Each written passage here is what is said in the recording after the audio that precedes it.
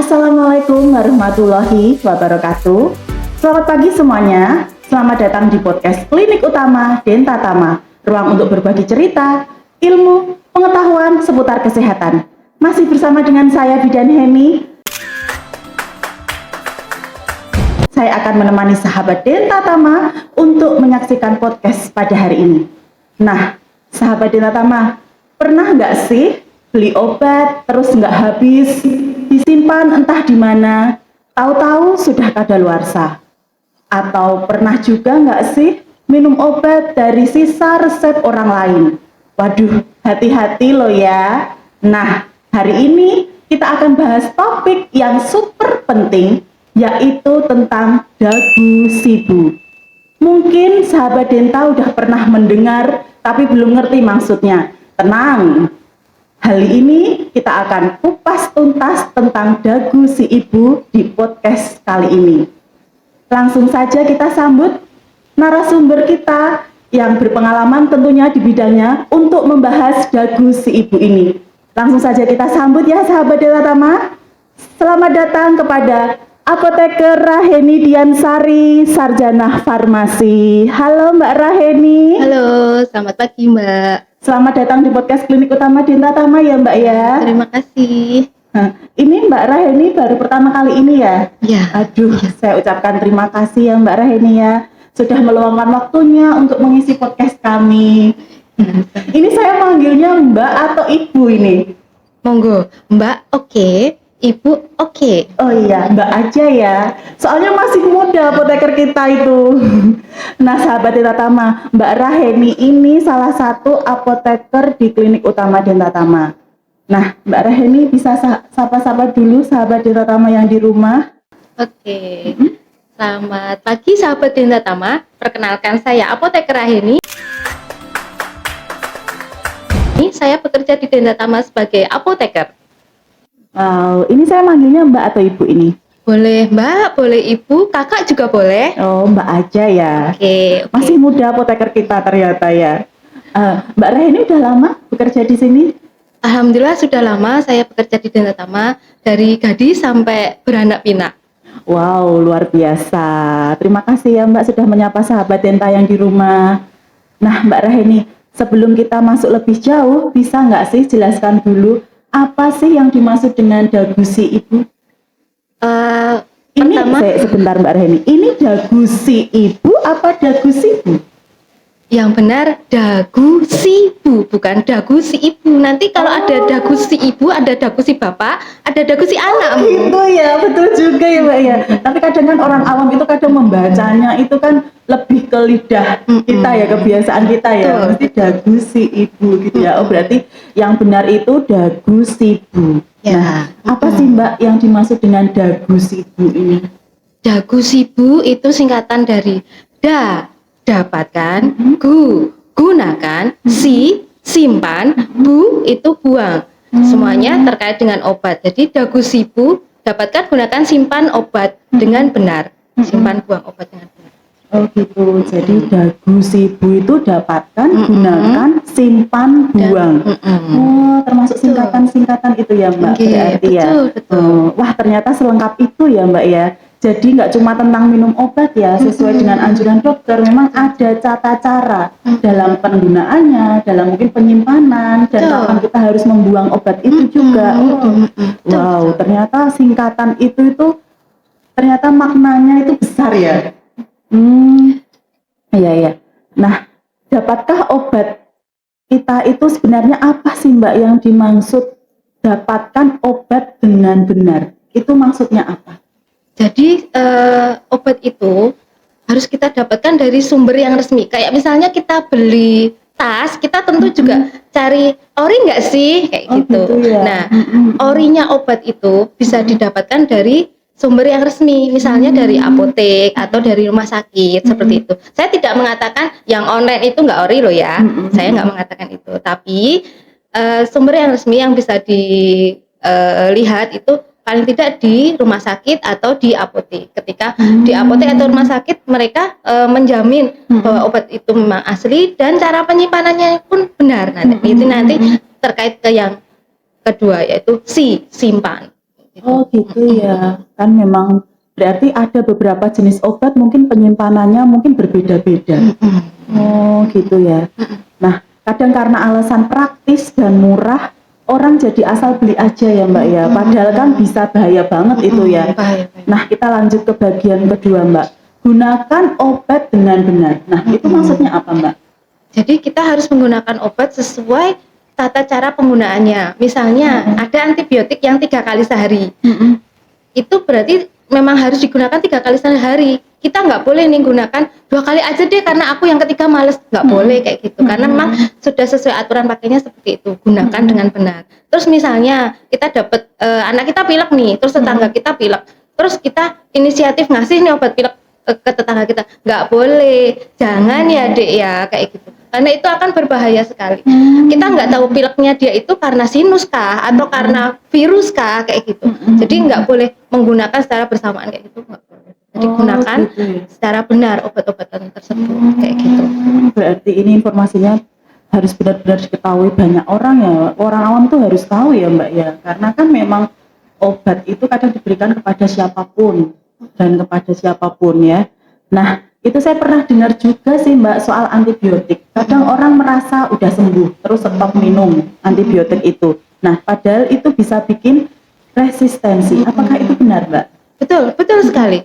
Makanya kenapa sekarang penggunaan antibiotik itu banyak dibatasi nggih. Kita nggak bisa beli sendiri antibiotik di apotek ya karena itu. Pemerintah menggalakkan itu untuk mencegah resistensi antibiotik. Penggunaan antibiotik terutama penggunaan tanpa resep. Ketika kita menggunakan antibiotik disarankan untuk mendapatkannya dari resep dokter. Maka dari itu kan dokter memberikan semacam aturan pakai kayak gitu dan lamanya pakai biar nanti perkiraan dokter atau diagnosa dokter itu penggunaan ini sudah sesuai dengan indikasi dan lamanya penggunaan itu akan membuat pasien ini sembuh nih, nggak bikin resistensi lagi kayak gitu. Nah, catatannya adalah pasiennya itu juga harus menggunakannya sesuai dengan petunjuk dan lama yang disarankan oleh dokter kayak gitu. Bisa nih kita misalnya nanya ke apoteker, Mbak ini boleh nggak sih ketika saya udah sembuh, misalnya saya berhenti di jalan, kayak gitu boleh aja. Biar nanti kita juga hati-hati nggak, biar tidak terjadi resistensi ya. Oh gitu ya. Wah, jadi ini bukan cuma masalah individu ya Mbak ya, tapi juga dampaknya luas ke masyarakat juga ya. Nah, sekarang kita bahas huruf yang ketiga Mbak.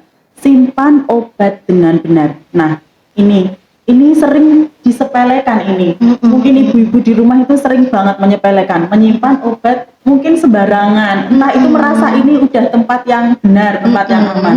Bagaimana Mbak itu? Nah, ini yang perlu diwaspadai juga nggih, apalagi kalau misalnya ibu-ibu seperti saya punya anak kecil nih ya, penyimpanan obat itu memang harus benar-benar di kotak tersendiri yang tidak terjangkau oleh anak-anak secara langsung. Misalnya kayak pengalaman dulu saya waktu kecil, saya punya obat panas namanya Botrexin apa Contraxin? Sirup atau tablet? Tablet. Nah, itu kan kita pas zaman kecil suka nih ya, rasanya karena rasa jeruk. Saya bisa loh makan itu sendiri karena mungkin juga penyimpanannya hanya disimpan di lemari yang saya bisa ngambil. Saya bisa makan sendiri obat itu kayak gitu. Saya terus dari pengalaman itu saya menerapkan bahwa obat saya yang ada di rumah itu bagaimana caranya saya simpan tidak terjangkau oleh anak-anak. Seperti itu. Itu baru dari segi penyimpanan yang umum terjadi. Misalnya ada juga penyimpanan obat-obat yang harus disimpan khusus nih, misalnya kayak suppositoria atau vitamin aja ada loh yang harus disimpan di suhu dingin, di suhu pintu kulkas kayak gitu. Jadi biar tidak rusak kayak gitu. Itu juga harus di. Oh gitu. Nah, antisipasinya misalnya kita ragu nih sama-sama tablet ini disimpan di mana, bisa ketika kita mendapatkannya kita tanya sama apotekernya, Mbak ini tablet ya, kalau tablet boleh nggak disimpan di suhu ruangan biasa ataukah perlu saya simpan di kulkas nih Mbak biar nggak rusak kayak gitu. Itu bisa ditanyakan ketika kita mendapatkan obatnya, itu ditanyakan di apotek atau instalasi farmasi tempat kita mendapatkan obat tersebut. Oh gitu Mbak ya. Itu kalau maaf Mbak saya mau tanya, itu penyimpanan seperti itu tuh apa sudah tertera di masing-masing kemasan obat tersebut? Biasanya tidak. Karena kalau misalnya obat-obat setripan itu hanya mencantumkan ED-nya kayak gitu. Nah, ada juga beberapa yang sudah mencantumkan itu, tapi ada banyak yang tidak mencantumkan. Jadi saran saya amannya itu tanya, ini penyimpanannya di mana kayak gitu, biar tidak rusak ya. Terus kemudian juga tidak membahayakan orang-orang yang ada di rumah. Jadi misalnya harus disimpan di suhu dingin misalnya, ternyata kita simpan di suhu yang panas, habis itu obatnya kadaluarsa, terus kepake sama anak kita misalnya, itu kan sudah efeknya luas banget. Oh gitu ya. Wah, jadi kepikiran ini saya, Mbak. Ternyata tiap jenis obat itu punya cara penyimpanan tersendiri ya. Nah, ngeri juga ya, Mbak ya. Kalau ternyata sepele aja, kita salah menyimpan aja, efeknya udah berdampak buruk mungkin ya untuk kita ya. Nah, terakhir nih Mbak, buang obat dengan benar. Ini sering banget jadi pertanyaan. Gimana sih Mbak cara buangnya itu? Kalau seandainya ada sisa-sisa obat di rumah. Cara yang paling praktis yaitu merusak bungkusnya, mengeluarkan tabletnya, kemudian menanamnya dalam tanah. Oh gitu ya. Itu cara paling praktis kayak gitu. Karena dengan ditanam di dalam tanah, dia tidak berisiko untuk digunakan lagi oleh orang lain. Kayak gitu. Ketika cuma dibuang di tempat sampah, bisa aja nih ya ditemu sama siapa kayak gitu, bisa, oh ini ada nih obat flu, oh saya pakai aja, oh jangan, nanti malah berbahaya. Nah, berbahaya untuk orang lain ya Mbak. Iya. Ya. Oh gitu ya. Ternyata memang ada tata cara ya Mbak membuang obat, sisa-sisa obat itu kan kalau yang tablet ya Mbak. Bagaimana untuk yang sirup? Sirup sama, dirusak bungkusnya, kan dituang di dalam ini, di dalam saluran air atau di tanah. Gitu ya. Bungkusnya. Pokoknya pisahkan bungkusnya sama isinya, jangan buang semuanya langsung ke tempat sampah kayak gitu. Tidak digunakan lagi. Gitu ya Mbak ya. Ternyata ada ya cara pembuangan seperti itu ya, mungkin jadi lebih aman dan tidak mencemari lingkungan ya Mbak ya. Nah, bagaimana sahabat Denta Tama, tanya jawab atau diskusi dengan apoteker kita? Nah, menarik bukan? Nah, langsung saja kita lanjut sesi tanya jawab. Nah Mbak Rahmi, ini ada beberapa pertanyaan nih dari teman-teman atau dari sahabat Denta Tama yang di rumah. Nah, ini banyak sekali informasi yang sangat bermanfaat sekali untuk hari ini. Nah, ini ada pertanyaan Mbak yang pertama. Boleh nggak sih minum obat sisa dari resep dokter yang dulu? Karena gejalanya itu sama. Saya sarankan jangan minum obat yang sama dari resep yang dulu ya. Akan lebih baik ketika kita periksa lagi. Bisa jadi gejalanya sama, tapi ternyata manifestasinya sama, tapi penyebabnya beda. Bisa aja kayak gitu. Misalnya kayak gini. Saya dulu dapat obat mual karena saya masuk angin misalnya. Ternyata saya sekarang mual lagi. Terus minum obat yang sama, jangan dulu. Ternyata kalau sekarang saya hamil bagaimana? Oh gitu ya. Beda nanti penanganannya. Akan lebih baik ketika kita periksa ke dokter atau ke medis yang terdekat kayak gitu, agar lebih akurat penyebabnya itu sama atau tidak. Oh gitu ya. Mungkin yang dirasakan sama, tapi penyebab apa yang dirasakan itu berbeda. Iya. Otomatis kan berbeda ya Mbak ya. Beda juga penanganannya. Nah, penting sekali nih sahabat Denta Tama, harus diingat-ingat ya. Kalau ada sisa obat mungkin di rumah bisa dicek lagi dan lebih baik periksa lagi ya Mbak ya. Oh gitu ya. Nah, ini ada pertanyaan lagi nih Mbak yang kedua. Kadang saya lupa minum obat sesuai jamnya. Apa efeknya kalau telat atau minum obat? Efeknya itu berdampak ke apa Mbak? Jadi penggunaan obat itu kenapa harus 3 kali sehari atau 2 kali sehari, itu terkait dengan eliminasi obat di dalam tubuh. Jadi sebisa mungkin itu menggunakan obat sesuai aturan pakainya. Misalnya 3 kali sehari atau 2 kali sehari, ya sudah gunakan seperti itu. Kalau perlu kalau 3 kali sehari berarti kan per 8 jam gitu, per 8 jam. Jadi kita tulis aja per 8 jam kayak gitu, kita alarm kalau perlu minum obatnya kayak gitu. Biar kita tidak terlupa udah minum atau belum kayak gitu. Jadi nanti akan berefek ke selanjutnya dan selanjutnya. Oh gitu, biar tepat waktu juga ya, ya betul, Mbak ya. Betul. Nah, Mbak, ada lagi nih pertanyaan ini, aduh sahabat Denta Tama ini semangat sekali ini ya, karena ini memang informasinya itu tentang real ya, real banget ini di kehidupan kita ini. Nah Mbak, apakah dagu sibu ini juga berlaku untuk vitamin dan suplemen? Ya, berlaku untuk semua obat. Jadi tidak hanya antibiotik atau obat keras, dagu sibu juga berlaku untuk vitamin. Karena meskipun dia vitamin atau suplemen, dia adalah sesuatu hal zat kimia atau zat lain yang dimasukkan ke dalam tubuh dan itu mempengaruhi kehidupan kita kayak gitu. Dan itu berdampak juga bagi kehidupan kita. Makanya kita perlu juga dagu sibu itu kayak gitu untuk diterapkan ke semua obat yang ada yang akan kita minum atau yang akan digunakan oleh keluarga. Oh gitu ya. Wow, wow, wow, wow, semakin menarik nih, semakin kesini semakin menarik. Nah Mbak Raheni, saya mau bertanya ini. Kadang kita kan di rumah punya obat-obatan sirup ya, sirup. Mungkin penyimpanannya sudah benar. Kadang kan di kemasan atau di botolnya itu kan ada ya simpan di dalam suhu sekian. Nah kita nih udah melakukannya. Nah terus belum kadaluarsa, mungkin expired date-nya masih lama. Nah itu tapi sudah pernah terbuka. Nah itu dalam jangka waktu berapa Mbak? Itu aman digunakan lagi? Paling tidak dalam jangka sebulan itu sudah dibuang aja. Oh, gitu Jangan ya. sampai kita ngeman-neman obat yang ada di kulkas, habis itu kita menggunakan lagi tapi berefek ke yang lain ke tubuh kita. Misalnya, wah sayang nih harganya mahal ini obat nanti muntahnya ini. Iya. Tapi habis itu kita pakai lagi dan kita nggak tahu nih. Memang kelihatannya bagus tapi kan kita nggak tahu juga ya mikroorganisme apa yang berkembang di dalam obat iya. itu kayak gitu. Karena kemasannya sudah terbuka ya. Iya betul, kecuali pasti tersegel utuh ya, kan masih ada expirednya di situ. Kalau tersegel utuh kita aman. Tapi kalau sudah terbuka, kita warning nih ya, daripada ngeman-eman terus udah digawe, mending kita relakan saja, relakan. Oh gitu ya Mbak ya. Buang. Nah, apakah itu juga berlaku untuk multivitamin atau vitamin lain yang dalam bentuk sirup Mbak? Ya, Sama aja. sama Oh aja. gitu ya. Jadi sebisa mungkin jangan terlalu eman-eman terhadap obat kayak gitu. Jadi kalau memang kita punya obat sisa, jangan apa namanya sia-siakan uang kita untuk kita beli lagi aja kayak gitu. Jangan terlalu eman-eman untuk menyimpannya. Sayang disayang tapi ternyata dia tidak sayang ke tubuh kita kayak gitu. Nanti malah nggak ngefek ya Mbak ya. Bisa nggak ngefek bisa Efektivitasnya udah menurun. bisa ya. jadi juga menimbulkan efek yang lain yang ternyata tidak terprediksi oleh kita. Kan kita juga nggak mau kan dapat efek samping dari obat yang harusnya menyembuhkan kita malah membuat kita sakit nih.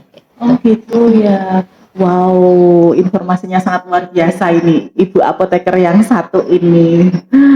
Wah, tidak terasa nih Mbak Raheni, udah di penghujung podcast Klinik Utama Denta Tama pada episode kali ini. Terima kasih ya Mbak Raheni ya atas informasinya, benar-benar sangat bermanfaat sekali untuk saya juga untuk para sahabat Denta Tama yang di rumah. Nah Mbak Raheni, boleh nggak sedikit memberikan tips atau saran kepada sahabat Denta Tama? Jadi tipsnya untuk sahabat Denta Tama di rumah ya, sayangilah dirimu dengan tidak terlalu menyayangi sisa obatmu. Buang, simpan, gunakan, dan dapatkan di sumber yang benar. Dagu sibu. Wow, keren sekali ya. Benar-benar bermanfaat sekali informasinya pada hari ini. Nah, aku tadi kepo deh Mbak Raheni ini. Tadi bilang sayangilah dirimu. Dengan tidak terlalu menyayangi sisa obatmu. Oh gitu ya. Aku jadi pikiranku sayangilah dirimu dengan tidak sayang membuang cintamu. So sweet. Aduh, so sweet banget ya Mbak ya. Jangan ya Dek ya, Jangan ya Dek ya, bahaya. Nah, itu dia episode kita hari ini tentang kenali dagu sibu bersama ahli apoteker kami. Nah, ini sangat informatif sekali ya sahabat Denta Tama dan sangat bermanfaat untuk kita semua. Kami sangat berterima kasih kepada Mbak Raheni. Sama-sama, Mbak Heni. Oh ya, kita kembar ya. Oh ya sahabat Denta Tama, nama kita itu hampir sama loh. Ini saya Heni, ini Mbak Raheni. Kadang saya manggilnya itu Mbak Ra. Karena apa? Kadang kalau Mbak Raheni itu seakan-akan manggil diri saya sendiri nih. Panggil Heni ya. Iya. Kalau panggil Heni kita nulis semua. Oh iya. Terima kasih ya Mbak Raheni ya. Wah, ilmunya itu sangat bermanfaat sekali. Nah, Terima besok-besok kasih. sebagai narasumber lagi ya Mbak ya. Insya Allah. Aku tunggu kedatangannya Mbak. So sweet. Kelihatannya kita harus ngobrol lama ini nanti setelah ini. Nah, Mbak Rah ini mungkin mau memberikan salam terakhir untuk sahabat Denta Tama yang di rumah, salam penutup yang tidak lupa untuk membuang sisa-sisa apa itu tadi? Monggo silakan. Untuk sahabat Denta Tama di rumah, jaga kesehatan selalu, terus jangan ragu untuk periksa ke klinik utama Denta Tama, kami akan setia untuk melayani Anda. Terima kasih ya Mbak Raheni ya. Aduh, kali ini tuh podcast kali ini tuh benar-benar menurut saya itu semua unek-unek pertanyaan ibu-ibu mungkin para sahabat Denta yang di rumah itu sudah terjawab dari penjelasan yang jenengan. Mungkin ini simple, tapi ini tuh benar-benar dialami kita dalam kehidupan nyata, kehidupan sehari-hari itu kita mengalami semua. Dan kebanyakan ibu-ibu modern sekarang, zaman sekarang itu di rumah itu punya apoteker mini ya, apotek mini gitu ya. Jadi mungkin dia dari searching, dari apa, mungkin beliaunya itu sudah menyimpan beberapa obat nanti kalau dalam keadaan darurat atau gimana. Jadi informasi ini tuh sangat membantu sekali dalam proses penyimpanan, mungkin penggunaan dan sebagainya. Terima kasih sekali lagi ya Mbak Rahini. Sama-sama. Sebelum kita akhiri, kami juga ingin mengingatkan kepada seluruh sahabat Denta Tama yang di rumah bahwa di klinik utama Denta Tama kami menyediakan berbagai layanan kesehatan yang siap membantu Anda dan keluarga Anda.